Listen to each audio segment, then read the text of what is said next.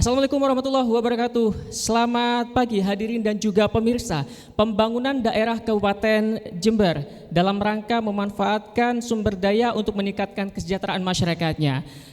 Hasil dari cita-cita mulia itu untuk membangun daerah biasanya dapat kita rasakan mulai dari birokrasi pelayanan, infrastruktur hingga fasilitas lainnya. Tentu kebijakan ini tidak akan dilakukan oleh pemerintah Kabupaten Jember itu sendiri, tapi juga melibatkan berbagai unsur dan pihak. Salah satunya adalah insan pers. Lalu seperti apa kemudian pers bisa mengawal pembangunan daerah berkelanjutan? Saya Muhammad Solihin akan mengawal talkshow hari ini bersama para narasumber yang berkompeten di bidangnya. Terlebih dahulu saya perkenalkan narasumber saya yang pertama. Beliau adalah Bupati Jember, Bapak Hendy Siswanto. Selamat pagi Pak, apa kabar? Baik, alhamdulillah. Assalamualaikum warahmatullahi wabarakatuh. Waalaikumsalam warahmatullahi wabarakatuh. Minal aidin wal faizin, sebelumnya saya sampaikan untuk Pak Hendy semakin segar saja, begitu Pak ya. Baik, langsung saja narasumber kami yang kedua, beliau datang dari kota Surabaya. Beliau adalah M. Lutfi Hakim, Ketua Persatuan Wartawan Indonesia Jawa Timur. Selamat pagi Mas. Tak kalah sumringah dengan Pak Hendy. Selamat datang di Kabupaten Jember. Ya, terima kasih. Terima kasih. Dan narasumber saya yang ketiga, beliau juga terbang jauh-jauh dari Jakarta, pemirsa. Beliau adalah Ketua Dewan Pers Nasional, Dr. Nini Rahayu. Selamat pagi. Selamat pagi. Saya panggilnya Mbak atau Ibu kalau begini, kelihatan awet muda sekali. Boleh. Baik, Dokter, selamat datang di Kabupaten Jember. Selamat mengikuti acara ini. Baik, mungkin langsung saja ke poin pertanyaan awal. Pak Hendy, hari ini di forum yang berbahagia ini, seluruh OPD se-Kabupaten Jember, bahkan luar biasa, ada yang tersambung via koneksi Zoom dan juga live streaming, dikumpulkan oleh Kabupaten Jember bersama dengan insan-insan pers yang ada di Kabupaten Jember dan sekitarnya. Dalam rangka apa dan sebenarnya apa goal atau tujuan yang ingin dicapai oleh pemerintah Kabupaten, Pak? Terima kasih Mas Emsul ya. Emsul, terima kasih. Yang pertama saya terima kasih kepada Ibu Nini, Ibu Dr. Nini Rahayu, terus selamat datang ke Kabupaten Jember, dan juga terima kasih Mas Lutfi Hakim, juga selamat datang ke Kabupaten Jember, dan juga teman-teman semua OPD, teman-teman dari PWI, dari AJI, dari EJTI, dan juga teman-teman camat, kades, semua yang hadir di daring, tidak bisa langsung datang ke pendopo ini. Tapi yang jelas hari ini ada satu keberkahan buat kita, bahwa sebelum saya jawab itu, yang duduk di depan ini sebenarnya, ini semuanya asli Jember semuanya nih. Ini adalah produk Jember semua. Saya sebagai kepala daerah sekarang ini mempunyai anak 2,6 juta penduduk Jember. Tentunya bangga karena Jember memang ada singkatan yang memang tidak bisa dipungkiri lagi. Jember artinya jembatan menuju berkah. Luar biasa, Jember jembatan menuju berkah. Bagaimana tidak berkah? Yang di samping kiri kami Ibu Dr. Nini Rahayu, beliau adalah Ketua Dewan Pers Nasional yang luar biasa. Beliau dari Jember, lulusan Jember dan asli Jember, putra-putrinya lahirnya di Jember juga. Luar biasa, sekarang eksis di nasional untuk negeri, berkah untuk negeri, tapi dari Jember, yang luar biasa. Sebelah kanan kami Mas Lutfi Hakim, beliau juga dari Jember, aslinya dari Kalisat. Ini Masya Allah, ini asli Jember semua, dan saya juga sama asli Jembernya. Mudah-mudahan moderatornya juga asli Jember juga. Asli Jember Pak, Putra daerah Jember Pak. Baik, jadi kami dapat pertanyaan apa yang melandasi hari ini kita jumpa. Ini adalah satu bagian kebanggaan kami bahwa ini di awal dalam rangka rangkaian awal HPN, Hari Pers Nasional, yang insya Allah se-Jawa Timur kami terima kasih kepada Ketua PWI Jawa Timur Mas Lutfi Hakim sudah mempercayakan Kabupaten Jember sebagai tempat ajang kegiatan syukuran kebahagiaan bagi insan pers dalam rangka kegiatan Hari Pers Nasional tingkat Jawa Timur ditempatkan di Kabupaten Jember. Nanti akan dilaksanakan tanggal 27 dan 28. Dan insya Allah Pemkab Jember akan mengiringi serta mensukseskan Hari Pers Nasional itu. Dan harapan kami juga ke depan Hari Pers Nasional untuk tingkat nasional juga ditempatkan di Kabupaten Jember. Ini harapan kami. Ini cita-cita besar kami seperti itu. Kenapa seperti itu? Karena kami yakin bahwa pers ini ada pemerintah juga harus ada pers. Tidak Tidak boleh itu, ada pemerintah saya tidak ada pers, karena pers inilah yang menendang kemana-mana kita menjadi hebat karena pers salah satunya di dalamnya. Maka salah satu hari ini besok ini kegiatan 2728 itu teman-teman datang se-Jawa Timur.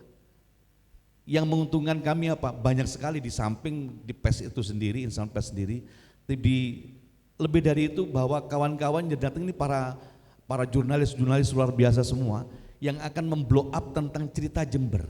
Dan ini bagian dari strategi marketing kami, bahwa kami juga pengusaha ya. Ini strategi marketing kami dengan mendatangkan insan pers kami seluruh Jawa Timur, mereka semua akan bercerita tentang Jember. Harapannya setelah itu akan datang kunjungan-kunjungan dan investasi di Jember yang lebih besar lagi. Itu. Baik, terima kasih. Wah, rupanya landasannya cukup kompleks sekali karena ini akan menjembatani teman-teman jurnalis yang ada di Kabupaten Jember tentunya untuk lebih berdaya saing dan juga memberikan mutu terbaiknya. Begitu ya Pak Hendi ya. Baik Pak Hendi, kalau misalkan kita flashback tadi di Liputan VT Selayang Pandang, saya cukup takjub juga sebagai warga Jember juga begitu, karena melihat banyak sekali potensi yang ada di kabupaten kita tercinta ini. Dan sejak menjabat Bupati bersama dengan Gus Firjaun sebagai Wakil Bupati, Pak Hendi, kurang lebih selama 3 tahun ke belakang ini sudah banyak rupanya apresiasi, penghargaan dan juga prestasi yang ditorehkan oleh Bupati Jember dan juga Wakil. Dalam hal ini adalah pemerintah Kabupaten Jember. Seperti apa Bapak menyimpulkan apa yang sudah dicapai selama ini Pak? Jadi kembali lagi bahwa capaian ini bukan dari saya sebenarnya. Ini tadi Jember tuh jembatan menuju berkah, orangnya tuh luar biasa. Dahsyat, orang Jember ini luar biasa dan top semuanya. Dan tentunya tidak terlalu sulit kami untuk mempackaging ini dan untuk mendapatkan raihan, mendapatkan capaian-capaian positif. Terus terang saja kami masuk 3 tahun 2 bulan hari ini memimpin Jember ini itu dipotong setahun ya, kami COVID pada saat itu, jadi kami praktis cuman bekerja 2 tahun 2 bulan saja, dan kami alhamdulillah hari ini sudah mendapatkan award penghargaan itu kurang lebih ada 204 award. Wow, 204 penghargaan selama Bapak menjabat ya? Iya itu, dan itu seluruh OPD, bukan dari saya sendiri, dari semua OPD dapat semuanya. Baik. Dan itu juga bukan award saja, lambang begitu saja, itu datangnya juga dari gubernur, dari menteri, dari Bapak Presiden, semua dapat, juga dapat duit. Kami juga dapat duit 50 miliar, itu 10 miliar dari pengendalian inflasi, 40 miliar kita pembangunan infrastruktur terbaik Indonesia. Duit itu, duit di Jember ini. Dan alhamdulillah juga selama 2 tahun ini kami juga sudah mendapatkan lahan untuk Pemkab Jember ya, HPL, hak penggunaan lahan kita yang dulunya tidak ada, itu 375 hektar. Itu dan itu milik Pemkab Jember sekarang ini. Jadi artinya banyak sekali potensi yang harus kita kemas lagi dengan kemampuan teman-teman OPD yang luar biasa ini. Dan teman-teman camat, teman kades ini semua luar biasa. Namun memanage Jember juga harus perlu dengan satu seni. Seni di sini adalah satu seni yang memang mengkolaborasi. Salah satunya hari ini kami harus mengkolaborasikan untuk mencapai capaian itu dengan insan pers.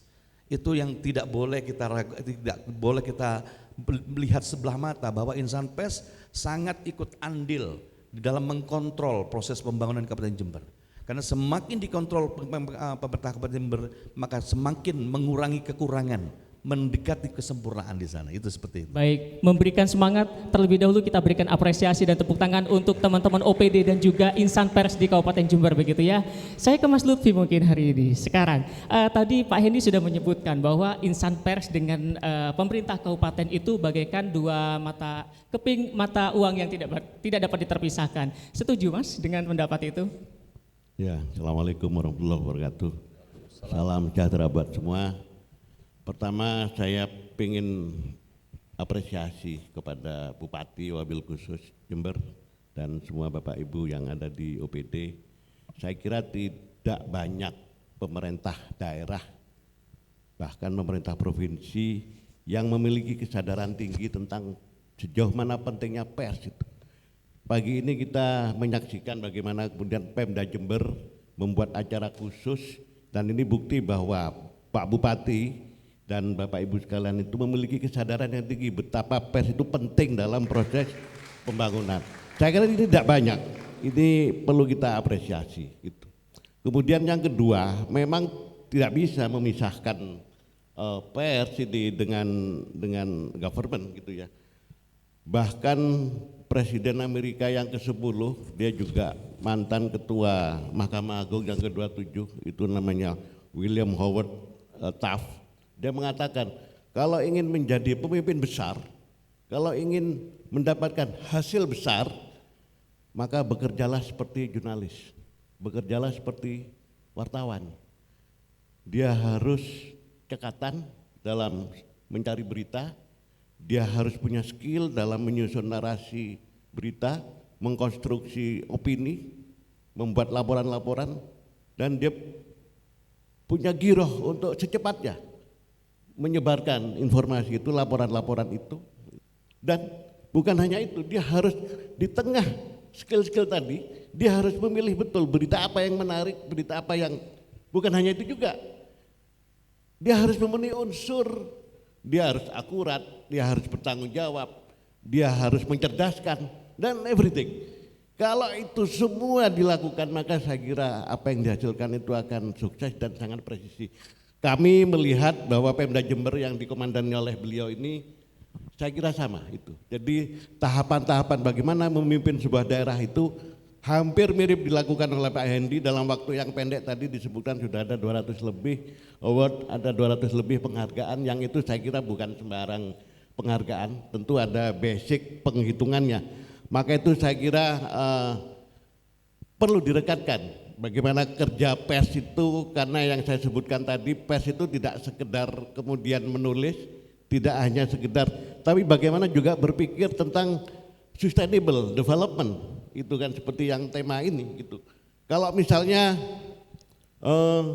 Pemda mengalokasikan anggaran untuk jalan misalnya, panjang jalan, jangan kemudian hanya, jadi bukan tidak boleh, jangan hanya kemudian mengkritisi tentang kualitas bangunan jalan itu, tentang kemungkinan terjadi distortif terhadap pembangunan jalan itu, tapi harus berkelanjutan cara perspektifnya itu. Bagaimana panjang jalan ini misalnya sepanjang 10 km, dampak keekonomiannya itu seperti apa, itu yang mesti dikawal terus oleh jurnalis kita. Karena hemat saya, pemerintah sebetulnya enggak perlu kerja, cukup bangun jalan saja, ekonomi itu sudah jalan sendiri. Bagaimana ketika di situ ada tanah kosong, kemudian dibikin jalan, kemudian tumbuh misalnya sebuah kawasan hunian, perumahan misalnya, itu yang namanya real estate. Itu industri ikutannya itu ada sekitar 113 Pak, mulai dari depan pagar, paving masuk, kemudian ada apa namanya atap, ada kayu, ada sampai ke belakang, sampai ke toilet, itu 113 industri yang terbawa. Itu gara-gara jalan yang dibikin, itu industri terkerek di situ, dia menghayat tenaga kerja juga. Bayangin ketika itu rumah dibangun, kalau ini rumah tangga baru, misalnya Pak Yuris ini kawin misalnya, karena belum kawin. Begitu masuk ke rumah baru itu dia harus belanja mebeler, dia harus belanja electricity, dia harus belanja everything. Jadi ini menggerakkan PDRB di daerah. Ini saya kira yang disebut dengan development sustainable gitu. Jadi pers itu tidak hanya mengkritisi saja, tapi dia juga harus berpikir panjang gitu.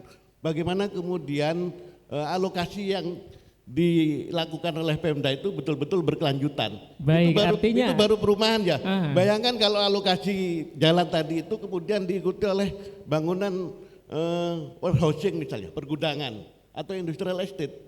Bagaimana ini kemudian mendrive kegiatan ekonomi yang sangat besar. Jadi bukan hanya jalannya saja yang dihitung, tapi bagaimana lipatan keekonomian ini yang harus disorot juga oleh pers. Saya kira itu. Baik, kalau bisa kita simpulkan bahwasanya liputan kita tidak hanya cenderung kita di permukaan saja, tapi memberikan dampak sosial ekonomi yang berkelanjutan ke belakang, begitu ya. Ini juga tentu untuk pembangunan daerah setempat juga harapannya. Baik, tentunya semakin menarik perbincangan kita, tapi kita harus jeda sejenak terlebih dahulu. Sesaat lagi kami